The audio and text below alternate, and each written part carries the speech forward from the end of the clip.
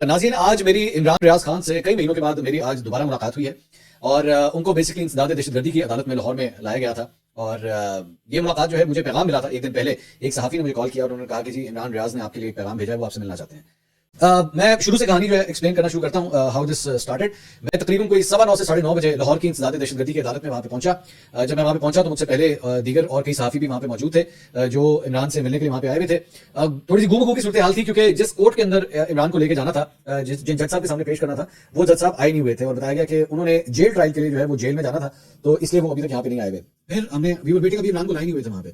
फिर हमें पता लगा कि शायद इनका केस जो है वो एक दूसरे जज के पास शिफ्ट कर दिया जाए और वहां पे जुडिशियल रिमांड जो है वो मांगा जाए। तो लेकिन वो भी क्लैरिटी नहीं थी। जो दूसरे जज साहब उनके कोर्ट में हम गए तो वहां पे पता लगा कि लाइट ही नहीं है, कोर्ट की लाइट गई हुई थी, तो बिल्कुल अंधेरा था कोर्ट रूम के अंदर। खैर, जब इमरान को लाया गया तो एक बख्तरबंद, वो जो प्रिजनर वैन होती है, सॉरी, उसके अंदर उनको लाया गया। उसके साथ साथ वहां पे उनके आगे भी 2 मोबाइल पुलिस की गाड़ियां थी, पीछे भी थी। इसके अंदर जो है इस तरह उनको वहां पे लाया गया। इमरान को वैन से बाहर नहीं निकाला गया, उनको वैन के अंदर ही, वो प्रिजनर वैन के अंदर ही रखा गया।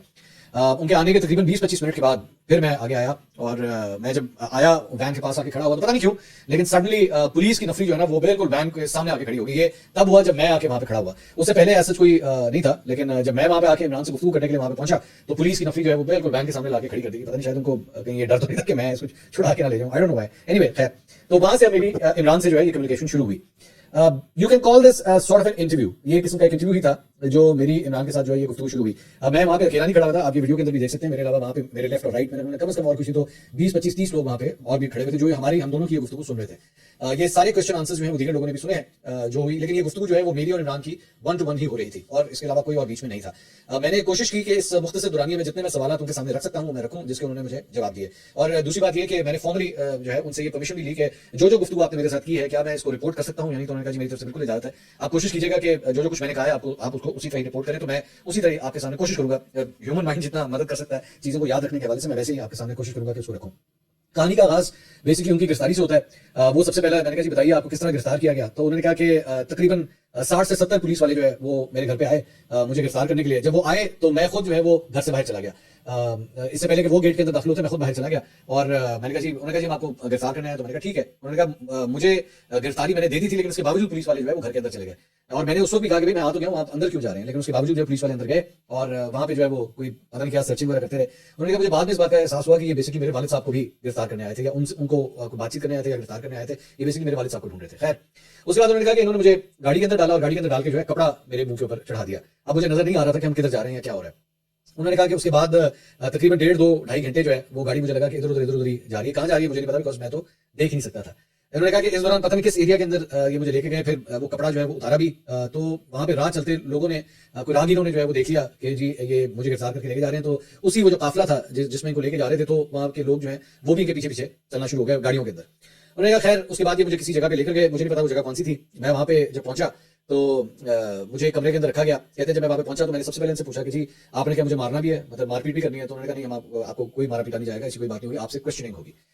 तो उसके बाद उन्होंने कहा कि वहां पे कोई ऑफिसर्स आए। वो ऑफिसर्स कौन थे, कहां से आए? तो उन्होंने कहा मुझे नहीं पता, लेकिन उन्होंने मुझसे जो है वो क्वेश्चन आंसर शुरू किया। जब उन्होंने मुझसे क्वेश्चन आंसर शुरू किया तो उन्होंने जो स्पेसिफिक केस था वो एक किसी झील के ठेके का वो बेसिकली जो केस है, उसके बजाय मुझसे जो है वो दीगर मामलों के ऊपर गुफ्तगू शुरू कर दी गई, जिसमें चीफ जस्टिस काजी फाइज साहब के हवाले से जो एक सोशल मीडिया की कैंपेन थी उस हवाले से भी मुझसे जो है वो सवाल शुरू कर दिए। तो उन्होंने कहा कि मैंने उनसे कहा कि जी आपने मुझे जो गिरफ्तार किया है, तो जिस मामले में मुझे गिरफ्तार किया उसके हवाले से सवाल जवाब करें, लेकिन उस स्पेसिफिक केस के हवाले से मुझसे सवाल जवाब नहीं हो रहे थे। उसके बाद उन्होंने कहा कि अगले दिन खैर मुझे जो है वो एक दोबारा मुझे कहीं पर ले जाया गया। उन्होंने कहा वो कोई कमरा था, मुझे ये नहीं पता वो कमरा कहाँ था, किस बिल्डिंग में था, मैं नहीं जानता, लेकिन एक जगह पे ले जाया गया और मुझे बताया गया कि ये अदालत है, ये कोर्ट है जहां पे आपको लाया गया है और ये जज साहब भी सामने वहां पे मौजूद है। मेरे हाथों में हथकड़ी थी। तो उन्होंने कहा कि यहाँ पे आपका जो है वो ट्रायल होगा। तो उन्होंने कहा कि मेरा तो वकील कोई नहीं है। तो उन्होंने कहा जो भी है बस ये यहीं पे होगा। तो उन्होंने कहा कि मैंने कहा कि मुझे यहीं पे इजाजत दीजिए कि मैं अपनी वकालत जो है मैं खुद कर सकूँ, मैं अपना केस जो है खुद प्रेजेंट कर सकूँ। बस मेरा हाथ जो है वो खोल दिया जाए, मेरे हाथ पे हथकड़ी लगी हुई उसे खोल दिया जाए और मुझे कागज पेंसिल दे दें। तो उन्होंने कहा कि वो जो भी जज साहब थे वहां पे उन्होंने इस बात की इजाजत दे दी और मेरे हाथ जो है वो खोल दिए गए और उसके बाद मैंने वो कागज पेंसिल भी दिया गया। मैंने सबसे पहले उनसे कहा कि जी आप मुझे जो FIR कटी है मेरे खिलाफ, जो चार्जशीट है वो मुझे दी जाए। उन्होंने कहा वो उन्होंने मुझे दी। मैंने उस चार्जशीट को पढ़ा उन्होंने कहा उसके अंदर इल्जाम ये था कि आज से तकरीबन 3 साल पहले, 2 या 3 साल पहले मैंने एक जो झील है उसका ठेका जो है वो मैंने लिया है। उन्होंने कहा बिल्कुल हमने लिया था। इमरान ने कहा कि बिल्कुल हमने ठेका लिया था, लेकिन वो ठेका जो था, जो इससे, और इल्जाम ये था कि जी इन्होंने औने पौने दाम जो है ये ठेका लिया है। तो उन्होंने कहा कि इससे पहले वो ठेका, जब मुझसे पहले वो ठेका जिसके पास था, वो तकरीबन कोई 1 करोड़ 70 लाख, 1 करोड़ 60 लाख, एग्जैक्ट फिगर मुझे याद नहीं, लेकिन रफली इतने का ठेका जो है वो पहले दिया था। उन्होंने कहा मैंने जब ठेका लिया तो वो तकरीबन 5 करोड़ 90 लाख रुपए के अंदर मैंने वो ठेका लिया। तो इसको औने पौने दाम जो है वो किस तरह डिक्लेयर कर दिया गया। उन्होंने कहा मैंने वहां पे बल्कि जज साहब को ये कहा भी कि आप औने पौने क्या हो सकता है, इस तरह तो फिर कल को जज साहब आपके ऊपर भी इल्जाम लगा दें कि जनाब आपने फलां चीज जो है वो लैंड परचेज किया है, वो जगह परचेज किया है और औने पौने दाम आपने किए। तो how will you do that, how will you declare this कि औने पौने है।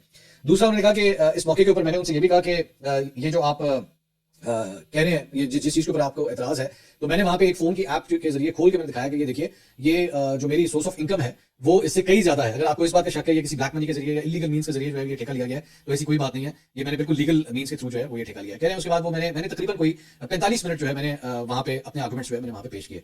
तो अल्टीमेटली उसके बाद आपको अपडेट किया है कि उस केस के अंदर जो है वो इनको जमानत मिल चुकी है। इमरान ने कहा कि मुझे ये लगता है, मैंने उनसे पूछा, मैंने कहा कि आपके तो इस केस में जमानत भी हो चुकी है। उन्होंने कहा जमानत में मेरे ख्याल में मुझे इस केस के अंदर बरी करना चाहिए था जज साहब को, लेकिन मुझे जमानत दी गई है।